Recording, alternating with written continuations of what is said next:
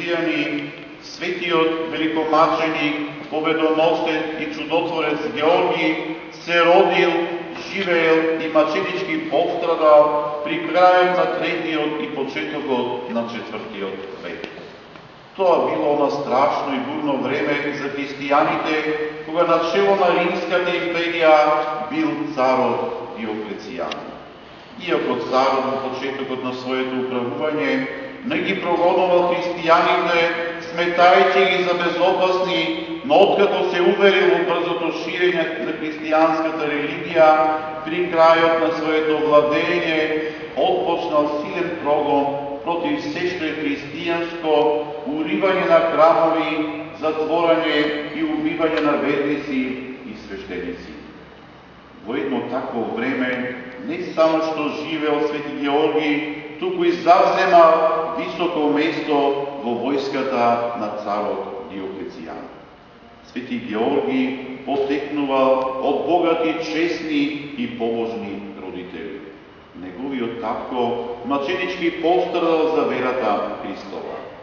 Иако како висок член во војската на царот, Свети Георги го посуствувал времето кое настапувало за христијаните, почнал темелно да се подготвува за тешките искушенија и измачувања. Најнапред го раздал своето богатство на сиромаси и ослободен од сите земни обврски, тој можел слободно и без страх да застане пред самиот цар, бранејќи ја вистинската вера во Христа Спасителот. Денешниот празник, благочестиви христијани, е востановен во чест на осветувањето на храмот Свети Георги, изграден во Лида Палестинска, и пренесувањето на честното тело на маченикот во новоизградениот храм.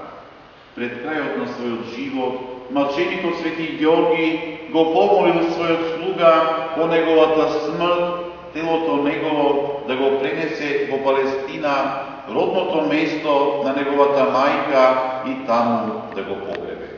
Слугата на Свети Георги ја исполнил неговата предсмртна желба, пренесувајќи го неговото честно тело во храмот, изграден во времето на царот Константин Велики. Многу чуда се јавиле во овој храм од чудотворните и нетлени мошти на светиот великомаченик Георги.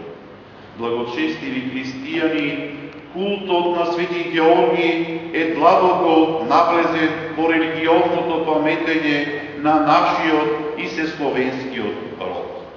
Да се помолиме, благочестиви христијани, на Светиот великомаченик Георги, да се моли и да не застапува пред Бога за здравје, живот, мир и спасение, сега и секогаш и во вечни векови. Амин. Нека е за многогодини, нека Свети Георги ги напомни.